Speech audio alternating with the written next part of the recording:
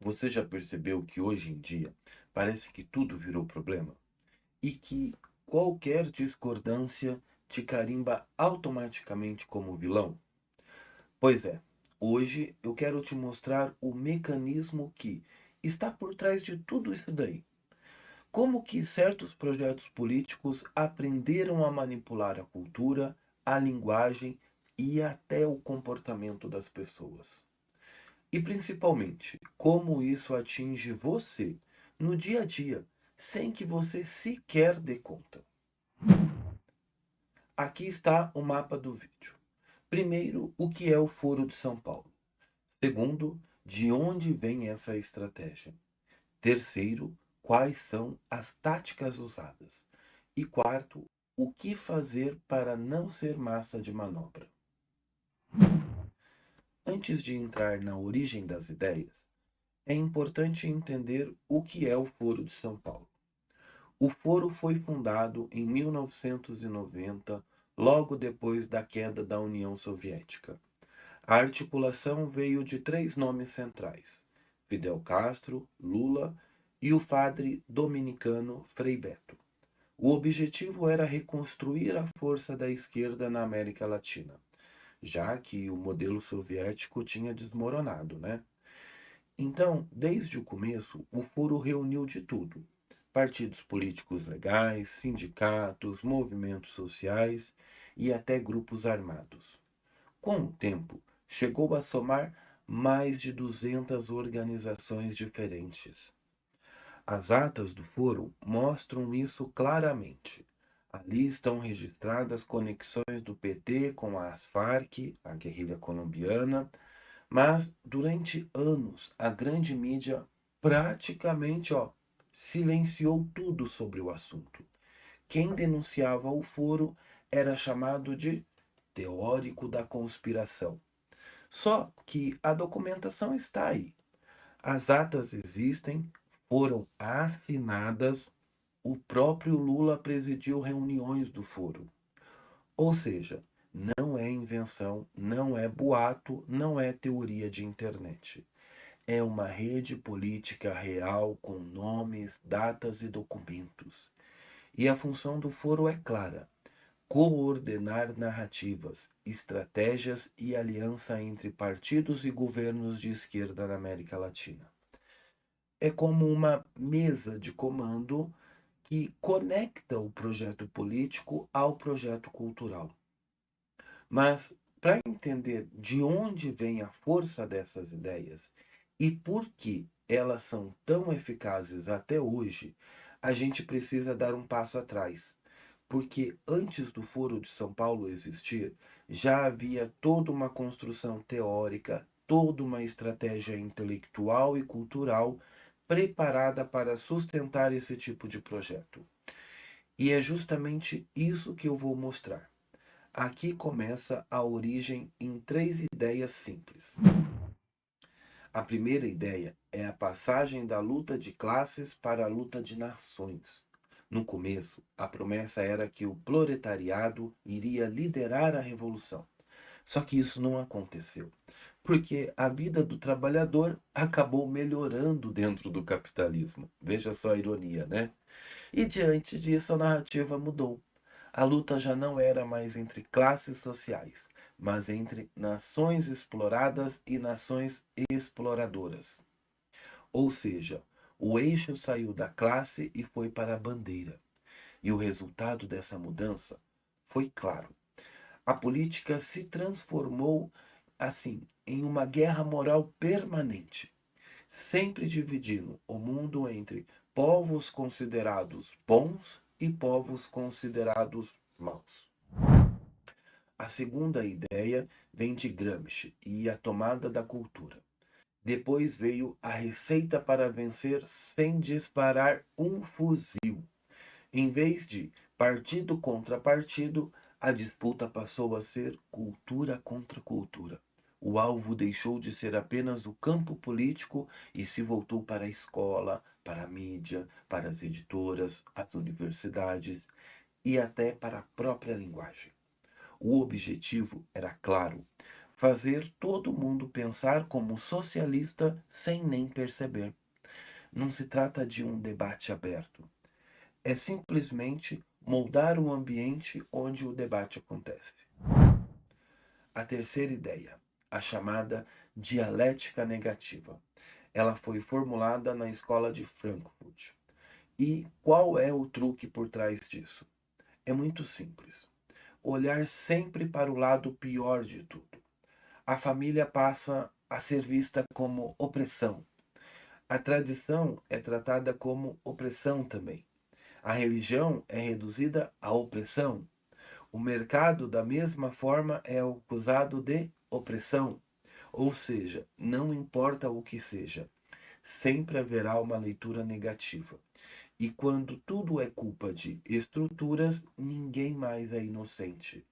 E nesse cenário, quem critica o mundo inteiro automaticamente já se coloca acima do próprio mundo. Essa pessoa vira juiz de tudo, mas nunca réu de nada. E é justamente aí que está o encanto da dialética negativa. Oferecer um poder moral absoluto sem nenhuma necessidade de prestar contas. Para visualizar, imagine alguém colocando um óculos com lentes roxas. A partir do momento em que ele veste esses óculos, tudo o que enxerga é defeito. Não existe mais nuance. Não existe mais mérito. Só sobra espaço para acusar. Por isso a frase que resume essa lógica é clara. Criticar tudo se transforma em licença para mandar em todos. E eu quero deixar aqui claro uma coisa. Esse material que eu estou trazendo aqui para a gente pensar, ele não saiu da minha cabeça sozinho, tá bom? Então, ele é fruto do trabalho do professor Olavo de Carvalho, especialmente de uma conferência que ele proferiu sobre o Foro de São Paulo. E essa conferência foi organizada pelo The Inter-American Institute for Democracy e aconteceu no Museu da Diáspora Cubana em Miami. É desse estudo e dessa análise que eu me apoio para trazer essas ideias até vocês, tá bom? E para quem quiser assistir a palestra completa, eu vou deixar também o link aqui na descrição do vídeo para você conferir depois. Agora vamos entrar nas táticas de manipulação que chegam até a sua vida. A primeira delas é chamada de pé na porta. Ela funciona como uma engenharia do comportamento. Eles não começam pedindo um absurdo. Eles começam pedindo só um detalhe para você. E quando você cede nesse detalhe, daqui a pouco acaba cedendo no resto. A lógica é bem simples. Eles mudam primeiro o seu comportamento e só depois a sua opinião. E quando você age contra os seus próprios princípios, a sua cabeça tende a ajustar a sua crença, só para você não se sentir tolo. Quer um exemplo do cotidiano? Vamos lá. Você aceita uma regra temporária na escola do seu filho, só para não criar confusão. E aí, meses depois, essa regra temporária já virou o novo normal. E você já nem se lembra mais porque aceitou. Mas agora defende, porque já está vivendo desse jeito. E eu já tenho aqui um vídeo no canal onde eu falo dessas técnicas de manipulação, tá bom? Explicando o livro Maquiavel Pedagogo. No capítulo 1, chamado Técnicas de Manipulação Psicológica, estão descritas várias dessas estratégias. E eu também detalhei aqui em outro vídeo no meu canal, depois, o capítulo 2. Então, tá aqui, ó. Tô tentando achar o livro aqui. É esse livro aqui, do Maquiavel Pedagogo, tá bom? Então, no capítulo 2, eu também já fiz um vídeo dele falando sobre a aplicação da psicologia social na educação e no capítulo 3 da Unesco, né, que vai falar da Unesco, que vai falar da educação, que vai falar do controle psicológico, e eu mostro como que essas técnicas são aplicadas principalmente na escola e como a manipulação acontece de forma silenciosa. Por isso fica aqui a minha recomendação de leitura e também de assistir a esses vídeos depois desse, tá bom? Para aprofundar esse tema. A segunda tática é a chamada inversão acusatória. E como é que ela funciona? Quem domina o ambiente não assume o papel de quem está no controle. Pelo contrário, ele se coloca como vítima. E é exatamente essa inversão que desarma o debate. Eles censuram você, mas dizem que isso é apenas liberdade de expressão, né? E eles perseguem, mas apresentam essa perseguição como se fosse defesa da democracia. Eles tiram a sua palavra, mas afirmam que ninguém está proibido de falar. Percebe a manobra? Quem ataca se apresenta como atacado, e quem cerceia se apresenta como protetor. Quem fecha a porta diz que está garantindo abertura. Ou seja, eles invertem completamente os papéis para confundir a percepção de quem está assistindo. E por que essa técnica é tão poderosa? Porque a maior parte das pessoas tende a se solidarizar com quem aparece como vítima. E quando você se coloca como vítima, você ganha uma espécie de blindagem moral. Quem ousar criticar automaticamente vai parecer cruel, injusto ou até desumano. Então, a inversão acusatória é isso: transformar o agressor em vítima e o oprimido em opressor. E a forma de reconhecer esse truque é simples. Quando você percebe que só um lado pode errar, assim, sem querer, enquanto o outro lado, qualquer deslize, já é tratado como erro por maldade, aí está claro que você está diante da inversão acusatória. A terceira tática é a rotulagem moral instantânea. E o que que isso significa? Sempre que alguém não tem argumentos, em vez de responder ao que você disse, ele coloca um rótulo em você. E esses rótulos são sempre os mesmos: fascista, anticiência, negacionista, contra a vida. É como se fosse um carimbo pronto, usado para desqualificar a pessoa antes mesmo de discutir a ideia. E qual é o efeito disso? O rótulo não prova nada, mas cria a impressão de que a sua posição já está condenada. Ou seja, o rótulo não serve para esclarecer, ele serve para silenciar. É uma forma de encerrar a conversa antes que ela realmente comece. E funciona assim: em vez de contra-argumentar, a pessoa carimba sua testa e pronto. Você já está colocado no banco dos réus. E quando você tenta responder, parece apenas que está se defendendo de uma acusação moral. E isso desvia a atenção do que realmente importava, que era a ideia ou o argumento. Esse é o mecanismo de intimidação. Ele não quer raciocínio, não quer confronto de ideias, ele não quer debate sério, quer apenas neutralizar você. Por isso, aqui vai a regra de bolso. Se o debate começa com um rótulo, então não é debate. É só intimidação disfarçada de moralidade. A quarta tática é o controle da linguagem. E aqui está o ponto central. Quando você muda as palavras, você muda a forma como as pessoas enxergam a realidade. Quem controla o dicionário controla também o que é permitido pensar. É por isso que eles trocam o significado de termos antigos e inventam termos novos o tempo todo.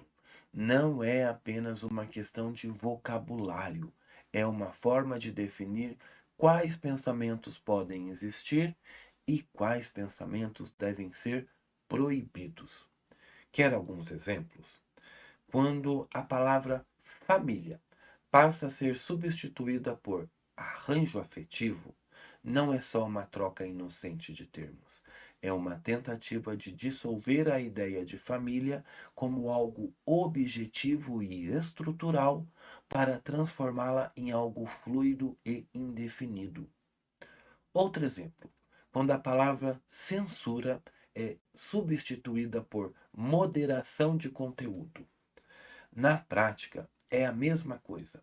Alguém está decidindo o que você pode ou não pode dizer, só que com um nome diferente. A realidade parece mais aceitável dessa forma. E funciona assim: se você não usa o vocabulário certo, você é considerado inadequado. Não importa se o seu argumento é coerente. Se não falar do jeito que eles definiram, você já é colocado para fora da conversa. E qual é o resultado disso? Você começa a se policiar o tempo todo para não ofender. E sem perceber, você mesmo passa a se censurar. Aos poucos, a autocensura vira um hábito. E quando a autocensura se instala, eles já não precisam mais vigiar você. Você mesmo se torna o fiscal das suas próprias palavras. A quinta tática é a escalada do absurdo. E ela acontece quando, depois de anos olhando só para o lado ruim de tudo, qualquer exagero passa a ser vendido como se fosse progresso. Funciona assim. Ideias que há pouco tempo pareciam impensáveis começam a ser tratadas como se fossem avanços inevitáveis. E se você ousa questionar, automaticamente é colocado como inimigo do bem. Quer exemplos? Quando alguém afirma que uma criança de 5 anos já pode decidir o próprio sexo, se você levantar qualquer dúvida, é imediatamente acusado de preconceito. Outro exemplo. Quando a destruição de símbolos históricos passa a ser chamada de reparação cultural, você olha e vê claramente vandalismo. Mas se você disser isso em voz alta, já é taxado de retrógrado. E qual é o sinal de alerta? É quando te pedem para negar o óbvio que os seus próprios olhos estão vendo, gente. O absurdo deixa de ser um limite. O absurdo vira a nova régua do que é aceitável. E quem recusa esse jogo é tratado como inimigo da humanidade. Agora eu quero mostrar onde tudo isso pega você no dia a dia. Primeiro, na educação. Os livros e as aulas começam a tratar a tradição como uma vilã. O que antes era ensinado como virtude, hoje é apresentado como opressão. A disciplina que forma caráter passa a ser chamada de autoritarismo. O respeito aos mais velhos, que sempre foi base de sabedoria e continuidade, passa a ser carimbado como conservadorismo atrasado. E quando isso se repete por anos, uma geração inteira cresce acreditando que aquilo que sustentava seus avós e pais é justamente o que precisa ser destruído. O resultado é simples. Você tem jovens preparados para rejeitar suas raízes antes mesmo de conhecê-las.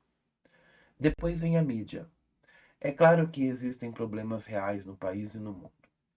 Mas repare como o enquadramento é sempre o mesmo. Já aparecem os culpados prontos e os heróis prontos, sem investigação, sem debate, sem contraditório. Não se trata mais de jornalismo que apura e mostra os fatos. É uma narrativa que distribui papéis. Este aqui deve ser condenado, aquele ali deve ser exaltado.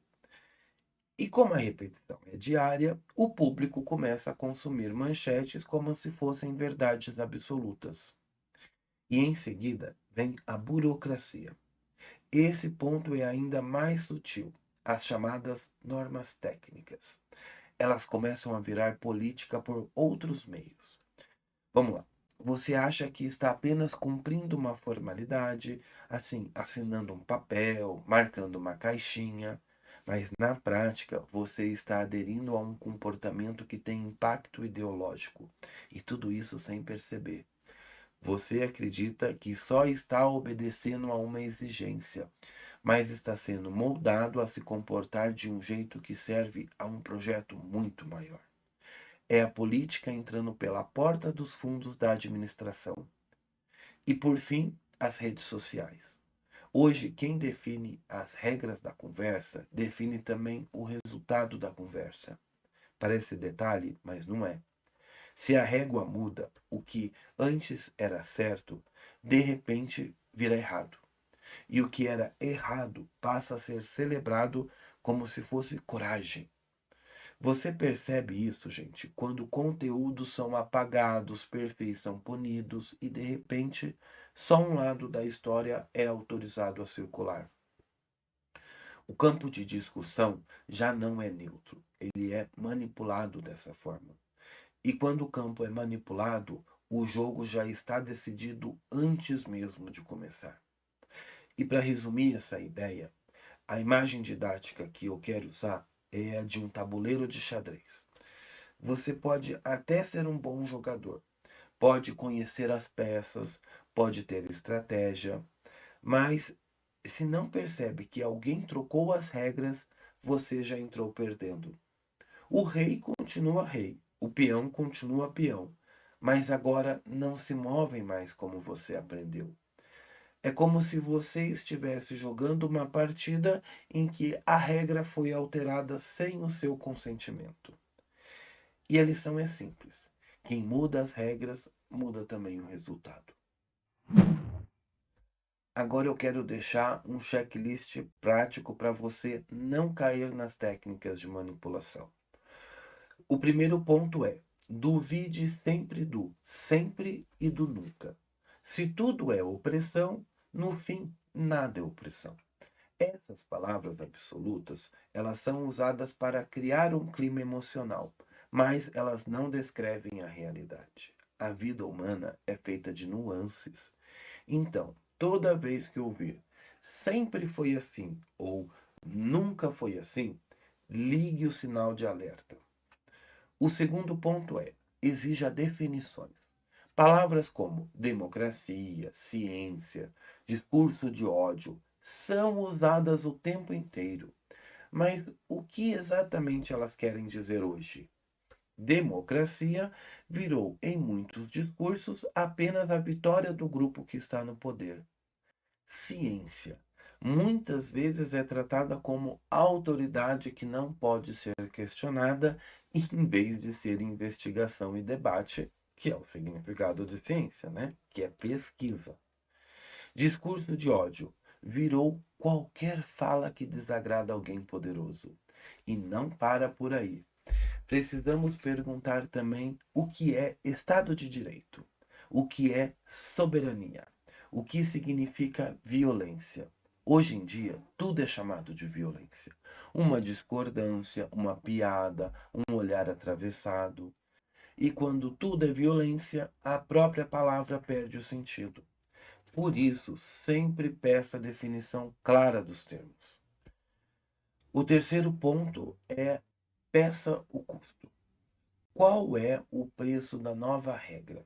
Quem vai pagar essa conta? E quanto tempo essa regra vai durar? Não aceite respostas genéricas de benefícios sem perguntar qual é o preço real que será cobrado. O quarto ponto é: separe a pessoa da ideia. Discordar de alguém não transforma essa pessoa em um monstro.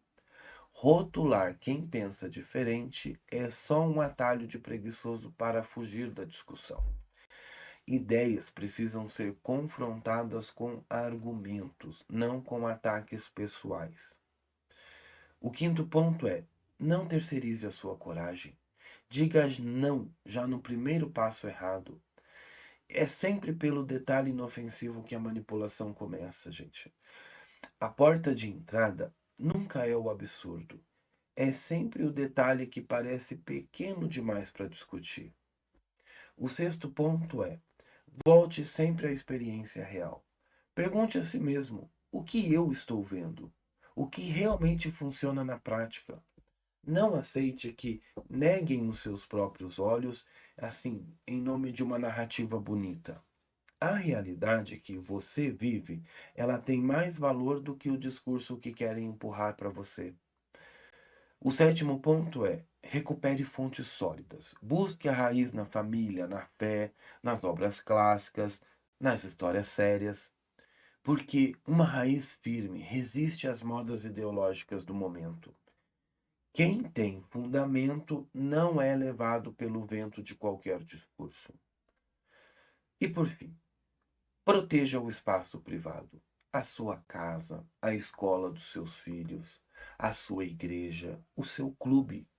Conquiste a autonomia local nesses espaços. É ali que a cultura se conserva de verdade. E se você perder esses espaços, vai perceber que perdeu também a base que sustentava a sua liberdade. Agora eu quero falar como eu, pessoalmente, fui afetado por tudo isso. Na escola e na universidade, eu acho que todos nós fomos vítimas, não é? Todos nós tivemos professores militantes em sala de aula, assim, deturpando o conteúdo que deveria ser ensinado de forma, né, exata, porque em vez de conhecimento, recebíamos opiniões pessoais apresentadas como se fossem verdades absolutas. Assim, eu, na minha família, tive um exemplo claro disso, né? Um parente muito próximo meu era militante em sala de aula. Era a troca do estudo pelo slogan. O capitalismo sempre colocado como o grande vilão. E o socialismo era apresentado como o herói, o salvador, o redentor da humanidade. Foi assim que a manipulação entrou na minha formação, sem que eu me desse conta, sem que eu percebesse. Na clínica e na sala de aula, na formação, eu vi a mesma deturpação acontecer dentro da psicanálise. Conceitos manifestos sendo tratados como se fossem conteúdos latentes. Assim, levando a uma distorção completa da teoria. E até nas formações. A mudança era clara.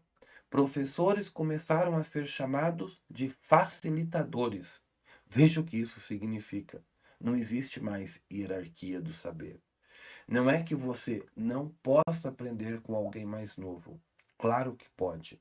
Mas quando aquele que estudou, pesquisou e se dedicou por anos é colocado no mesmo nível de quem nunca se aprofundou, o resultado é simples. O conhecimento perde o valor e todos ficam nivelados por baixo. Na mídia e no debate público, isso se manifesta de outra forma. Aqui, o rótulo e o cancelamento são as armas mais usadas.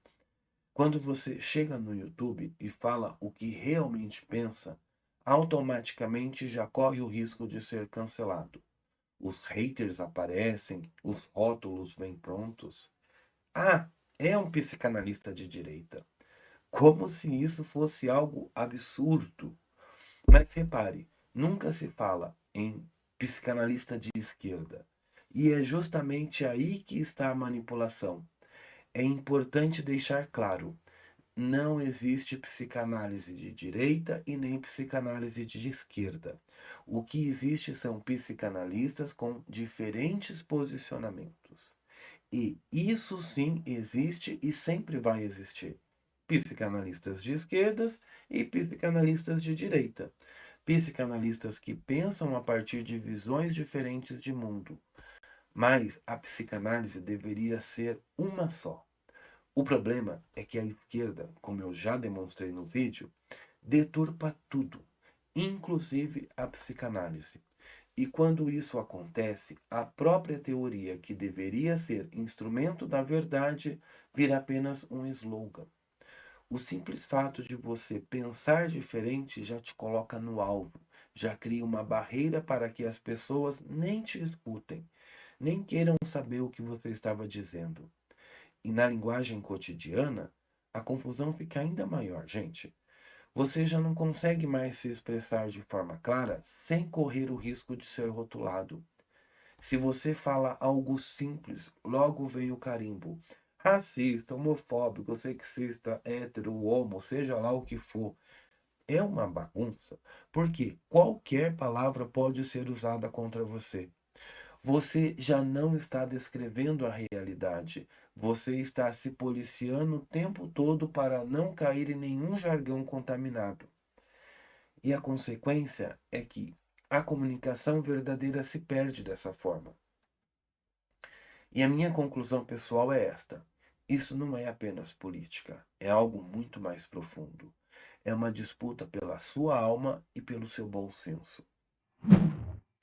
Se você chegou até aqui e percebeu como esse jogo funciona, então já deu o primeiro passo.